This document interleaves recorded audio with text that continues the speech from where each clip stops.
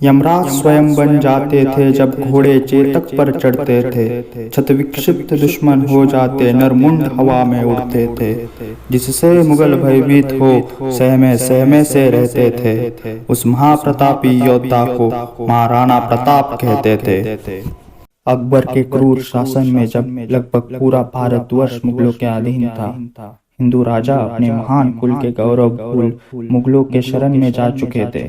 अकबर को खुश करने के लिए अपने बहू बेटियों को अकबर के हरम में भेज चुके थे। जब सभी राजा मुगलों के सामने घुटने टेक चुके थे, तब अरवली के पहाड़ियों में एक शेर था जिसकी दहाड़ से पूरी मुगलिया सल्तनत हिल जाती थी। वो शेर था महाराणा प्रताप।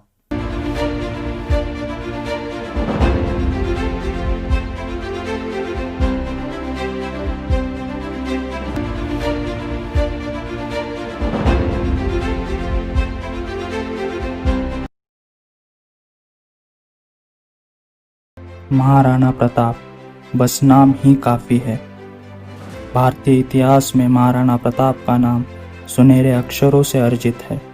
महाराणा प्रताप का जन्म सिसोदिया वंश में हुआ था, जहाँ बप्पा रावल, राणा हम्मीर, राणा सांगा जैसे महान राजपूतों ने जन्म लिया था।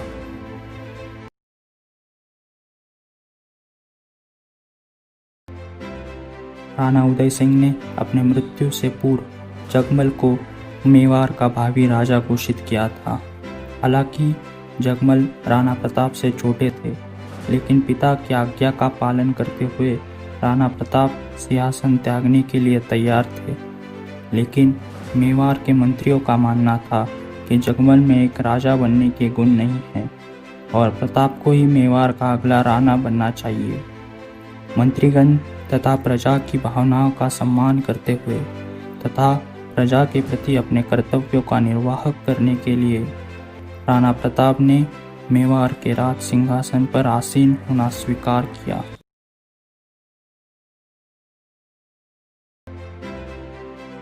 मुगलों ने मेवाड़ को चारों ओर से घेर लिया था।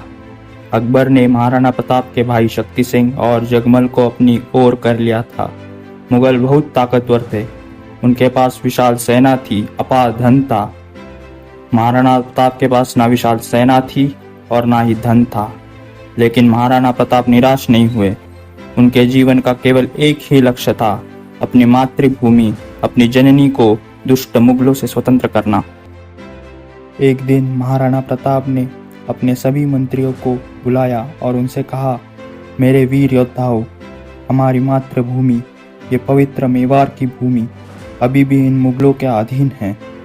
आज मैं ये प्रतिज्ञा लेता हूँ कि जब तक चित्तौड़ को स्वतंत्र नहीं कर लेता, तब तक मैं सोने चांदी की थालियों में भोजन नहीं करूँगा और ना ही इन महलों में रहूँगा। मैं पत्तों पर भोजन करूँगा और कुटिया में रहूँगा। मेरे वीर साथियों, मैं जानता हूँ कि आप अपनी आखिरी सांस तक मुझे मेरी प्रतिज्ञा पूर्ण करने में मेरी मदद करेंगे।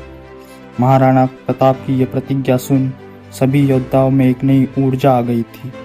वे सब राणा के एक इशारे पर चित्तौड़ के लिए अपनी जान देने के लिए भी तैयार थे। अकबर ने महाराणा प्रताप को अपनी ओर करने की बहुत कोशिश की, पर वो सफल नहीं हो पाया। जब कोई संधि नहीं हो पाई तो अकबर ने गुस्से से मेवाड़ पर चढ़ाई करने का आदेश दे दिया। महाराणा प्रताप ने भी युद्ध की तैयारी शुरू कर दी। उन्होंने कुंभलगढ़ को अपनी नई राजधानी बनाई।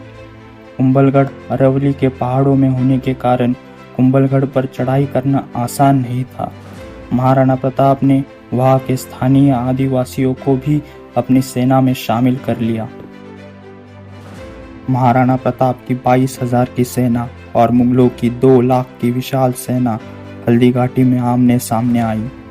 राजपूतों ने अदम्य साहस और पराक्रम का प्रदर्शन किया, परंतु घायल होने के कारण राणा को युद्ध भूमि छोड़नी पड़ी। इस युद्ध में ना तो मुगल जीते थे और ना राजपूत हारे थे। महाराणा प्रताप का घोड़ा चेतक इस युद्ध में अमर हो गया। युद्ध में घायल होने के उपरांत भी अपने स्वामी की प्राणों की रक्षा करने हेतु चेतक ने एक बड़े नाले को पार किया। जैसे ही उसने नाला पार किया, चेतक धरती पर गिर गया और वीर गति को प्राप्त हुआ। चेतक के मृत्यु के पश्चात महाराणा प्रताप एक छोटे बच्चे के भांति रो पड़े।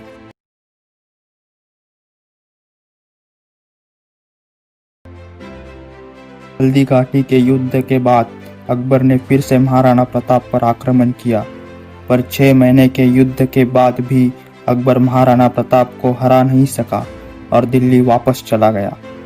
1 साल के अंदर ही उसने फिर जगन्नाथ को एक विशाल सेना के साथ युद्ध करने भेजा, पर 2 साल के प्रयासों के बाद भी वो महाराणा को पकड़ नहीं पाए। महाराणा प्रताप अपने परिवार को अपने साथ जंगल और पहाड़ों में ले जाते थे। उन पर आक्रमण होने का खतरा बना रहता था। जंगल में खाना मिलना मुश्किल था, कभी कभार तो बिना खाने के ही घूमना पड़ता था। अगर दुश्मन के आसपास होने की आशंका हो तो उन्हें तुरंत दूसरी जगह पर जाना पड़ता था। एक बार जंगल में महारानी भाकरी बना रही थी। खाना खाने के पश्चात बची हुई भाकरी रात के खाने के लिए उन्होंने राजकुमारी को दी, पर एक जंगली बिल्ली ने राजकुमारी के हाथ से वो भाकरी झपट ली और राजकुमारी जोर जोर से रोने लगी। अपने परिवार की ये दुर्दशा देख राणा बहुत दुखी हुए। उन्हें अपने आप पर गुस्सा आने लगा और उन्होंने अकबर को संधि का प्रस्ताव दिया। अकबर के दरबार में एक पृथ्वीराज नाम का कवि था। वो महाराणा की बहुत आदर और सम्मान करता था। पृथ्वीराज ने महाराणा को प्रोत्साहित करते हुए एक लंबा खत लिखा। वो खत पढ़ते ही महाराणा प्रताप में 10,000 सैनिकों की शक्ति आ गई। उन्होंने संधि करने का अपना विचार बदल दिया और पुनः अपनी सैन्य बल को मजबूत करने में जुट गए।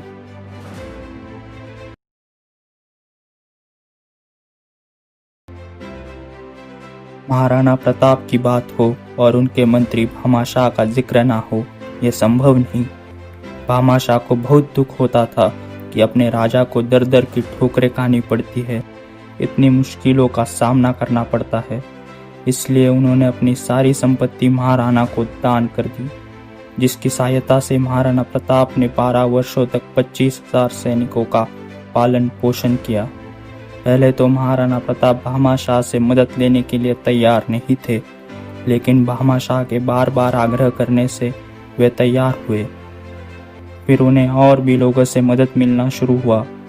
इसके उपयोग उन्होंने मेवाड़ को स्वतंत्र करने के लिए किया, परंतु वो चित्तौड़ को स्वतंत्र नहीं कर पाए।